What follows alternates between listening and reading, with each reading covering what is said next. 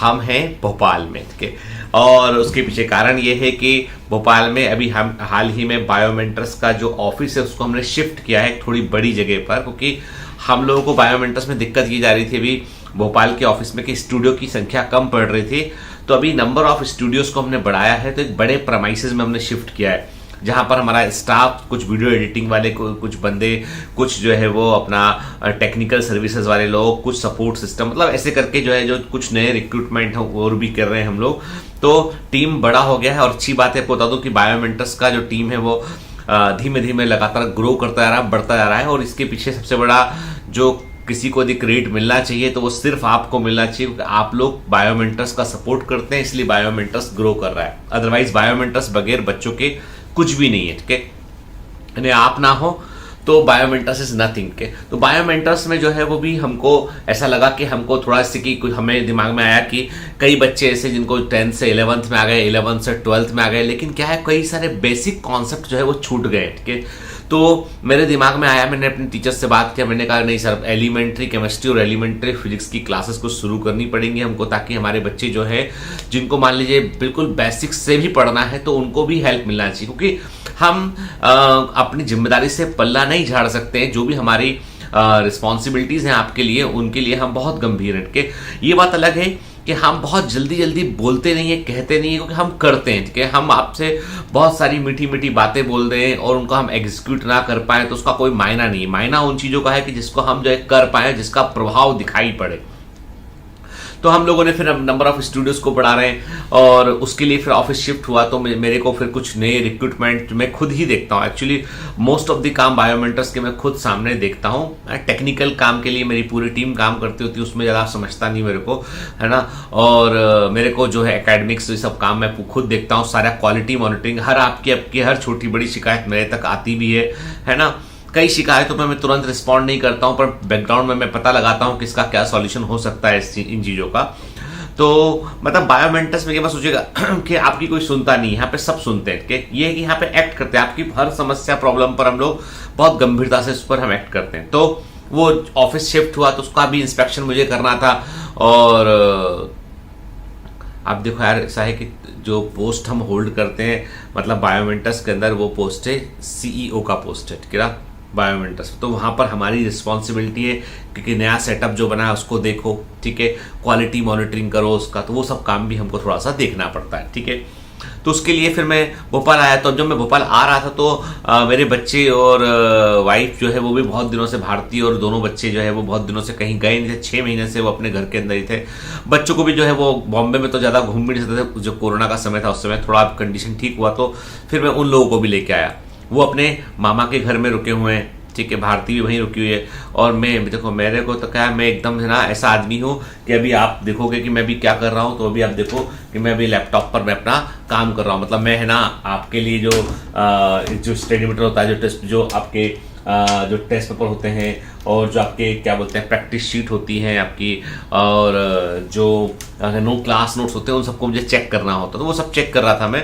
तो क्या होता, किसी के घर में जाकर आप रुकते हो ना, तो फिर वो आपको उनके कंफर्ट और उनके टाइमिंग के अकॉर्डिंग चलना पड़ता है। अभी क्या करता हूं मैं रुकता होटल में, और होटल से मैं जो है ना अपने काम को निपटा कर चला जाता हूं, बैठता हूं, बढ़िया बात करता हूं। वहां फिर मैं कोई दूसरा काम नहीं करता, खाता हूं, पीता हूं, जो भी इनका चाय पिला दिया उन्होंने, कॉफी दे दिया उन्होंने, के खाना खिला दिया, ठीक है। तो उसके बाद फिर मैं धीरे से जो है बोलता हूं कि मुझे काम है, आ जाता हूं, फिर अपना काम करता हूं। मेरा काम अफेक्ट नहीं होता है। मेरा सोशल जो उनके हैं जाके उनको भी मैं बॉदर नहीं करता हूँ कि वो मैं काम कर रहा हूँ, वो परेशान हो रहे हैं, बच्चों को बोलते फिर शोर मत करो, मौसा जी काम कर रहे हैं ना। तो भैया तो वो सब चीजें ना हो, तो इसलिए वो जहाँ जैसे रहो तो पूरे तरीके से डूब कर रहा हो उसमें, वो मेरा बेसिक फंडा है। तो आज मैं बिल्कुल ऐसे ही नॉर्मल कैजुअल बात करूंगा आपसे। मैं होटल में हूँ के, तो मैं सोचता हूँ कि चलो खुल के बात करते दूसरी तरीके से। तो कहने का मतलब ये कि ये जो है, तो अब भोपाल में एक बड़ी अच्छी बात है कि कई लोगों को लगता है कि सर ने भोपाल, शायद सर भोपाल के हैं या सर भोपाल में पढ़े हैं, इसलिए सर ने भोपाल को जो है वो सेंटर सेलेक्ट किया। तो एक्चुअली क्या है, देखो भोपाल से मैं बहुत अधिक कन्वर्जेंट हूँ, मुझे शहर पूरा पता है। और आप कभी भोपाल जब आएंगे ना, जब कोई फेलिसिटेशन सेरेमनी होगा, कुछ होगा, जब भोपाल आप आएंगे तो आप पाएंगे कि भोपाल एक बहुत ही सुंदर सा शहर है, ग्रीनरी है चारों तरफ इसमें। जो एक मेट्रोपॉलिटन शहरों में जो बड़ी भागम दौड़ होती है ना, वो सब भोपाल में नहीं है। ठीक है, सीधा सा शहर है, सिंपल सा शहर है। ठीक है, अच्छा मतलब सिटी वाइज देखा जाए तो झील है, तालाब है यहाँ पे, मतलब लेक सिटी भी कहते हैं इसको, तो काफ़ी अच्छा शहर है।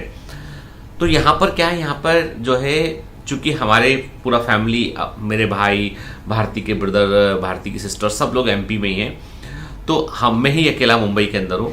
तो मुंबई में क्या है, कॉस्ट हर चीज़ की बहुत ज़्यादा मुंबई में। जैसे जो जहाँ बायोमेट्रिक्स का ऑफिस है उसकी कॉस्ट भी बहुत ज़्यादा है, बहुत, मतलब मुंबई इज, मतलब you can not even imagine कि मुंबई में रेट क्या होगा। मुंबई में जो प्रॉपर्टी का जो रेट है वो है 60,000 से लेकर 1 लाख रुपए स्क्वायर फीट, 60,000 से लेकर 1 लाख रुपए स्क्वायर फीट। ठीक है ना, even Mumbai is much expensive than New York and London के। लंदन या न्यूयॉर्क की बात करें उससे अधिक महंगा मुंबई है, मैं सच कह रहा हूं आपसे। आप कनाडा में जाकर जो है वो घर लेंगे, उसी दाम में मुंबई में लेंगे तो आपको 2 BHK मिलेगा, कनाडा में बंगला मिलेगा। ठीक है, मतलब बायोमेट्रिक्स जो है उसने अपना यहाँ पर एक जो है वो एक, चूंकि हम यहाँ पर क्या कर रहे हैं, हम एक व्यवस्था कर रहे हैं बड़ी। अभी मैं आपको जो है वो ज़्यादा डिस्क्लोज नहीं करूंगा इस बारे में, पर मैं बता दूं आपको कि बायोमेट्रिक्स का एक कमांड सेंटर बन रहा है। जैसे कि कोई आर्मी का ट्रेनिंग सेंटर होता है ना कहीं पर, तो वैसे ही बायोमेट्रिक्स का कमांड सेंटर बन रहा है। उसमें बड़े यूनिक चीज़ें उसके अंदर होंगी कमांड सेंटर में, कि आप ऑनलाइन में रहकर भी आप कैसे कमांड सेंटर का यूज़ कर पाएंगे, आप उसको विजिट कर पाएंगे, उसमें आप क्या कर पाएंगे, वो सब चीज़ें बड़ी इनोवेटिव रहेंगी। तो वो अभी हम डिस्क्लोज नहीं करेंगे, लेकिन हम बायोमेट्रिक्स का कमांड सेंटर बना रहे हैं जो बायोमेट्रिक्स का पूरा कंट्रोलिंग सेंटर रहेगा। और वो चूंकि उसके लिए हमको जगह चाहिए थी, कम से कम हमको उसके लिए जो है वो 10-20 हज़ार स्क्वायर फीट जगह चाहिए थी, और वो केवल और केवल हम भोपाल में अफोर्ड कर सकते हैं उस जगह को। तो हमने इसलिए भोपाल को चुना है यहाँ पे। तो वो सब जो है, अभी क्या हुआ, कोरोना के चलते काम रुक गया। बिल्डिंग, आप एक बार मैंने कभी ग्रुप में डाला भी था बिल्डिंग का डिजाइन पूरा, उसका कैसा बिल्डिंग बन रहा है वो।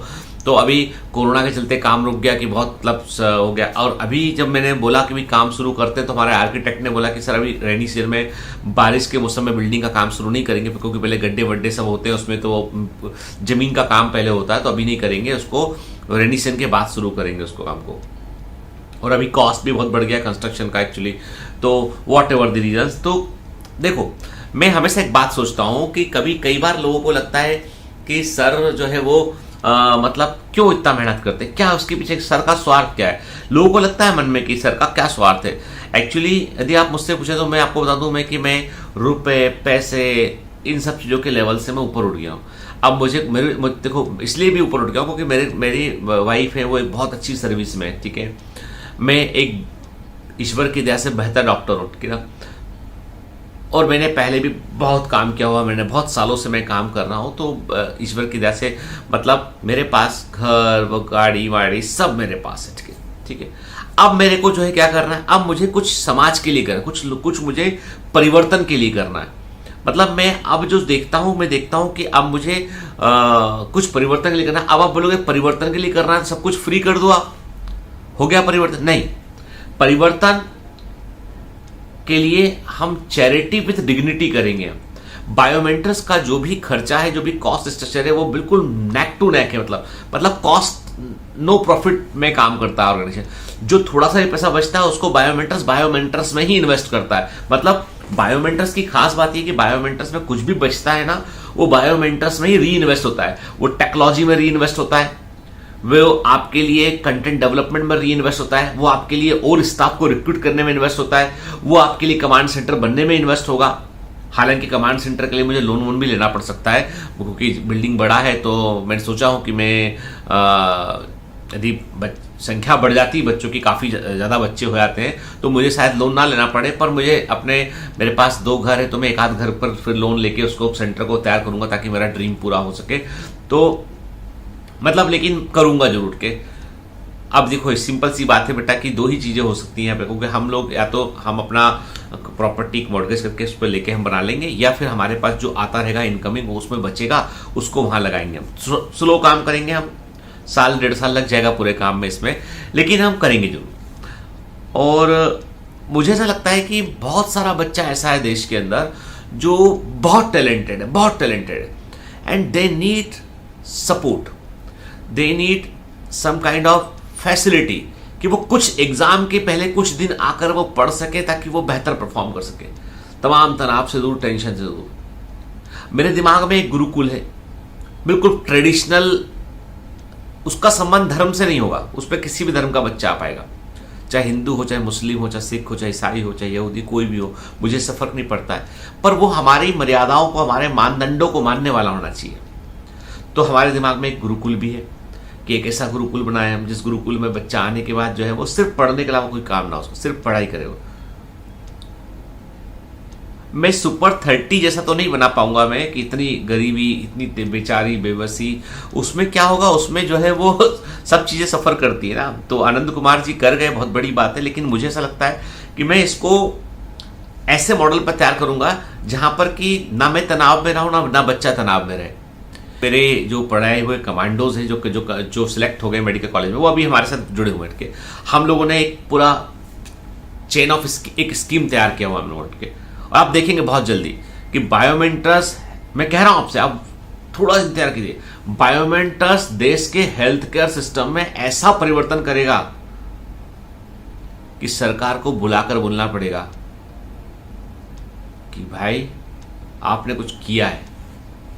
हम चाहते वही हैं, हमें किसी से, हमें चाहिए हमारे लोगों से, हमें अपने देशवासियों से मदद चाहिए। हमको सरकारों का मुंह हम नहीं देखते कि सरकार क्या बोलेगी, किससे ग्रांट ले लें, किससे जमीन एलोकेट कर लें, हमें कोई मतलब नहीं उससे, क्योंकि हमें मालूम है कि हमारे देश का आदमी जो है ना, आम आदमी जिस दिन जग गया ना, वो परिवर्तन कर सकता है, सब कुछ बदल सकता है, और हमें पूरा भरोसा है इस बात पे। इसलिए हम पौधे तैयार कर रहे हैं, नर्सरी है बायोमेंटर्स, डॉक्टर्स की नर्सरी है, छोटे छोटे पौधे तैयार कर रहे हैं, सब पौधे बड़े वृक्ष बनेंगे एक दिन, वैसा है बायोमेंटर्स। आपको लगता है, कई लोगों को लगता है बायोमेंटर्स कोचिंग है, पर मैं कहता हूं बायोमेंटर्स एक जो है वो मिशन है, बायोमेंटर्स एक संकल्पना है, एक मिशन है, बायोमेंटर्स एक परिवर्तन है। इसीलिए मैं अपनी मतलब प्रैक्टिस में से भी मुझे समय चुराना पड़ता है, तब जाके मैं काम, मतलब आप यकीन नहीं मानेंगे कि मैंने जो है पिछले कई सालों में, आज मैं थोड़ा सुकून से होटल में आपसे बात कर पा रहा, अदरवाइज मैं पूरे समय स्ट्रेस में, काम में, पूरे समय काम में रहता हूं मैं। इतने दिनों में एक ब्रेक भी मुझे नहीं मिल पाया, क्योंकि एक के बाद एक बैच ओवरलोड होते चले गए। अभी शैल मैडम ने बहुत अच्छे से काम संभाला, उन्होंने मेरा प्रेशर कुछ कम किया, उन्होंने बहुत अच्छा पढ़ा रही मैडम, वाकई में बहुत अच्छा पढ़ा रही शैल मैडम। आपने देखे होंगे लेक्चर सुन के। मुझे इतना पता है बेटा कि है ना, हम सभी लोग है ना परिवर्तन है।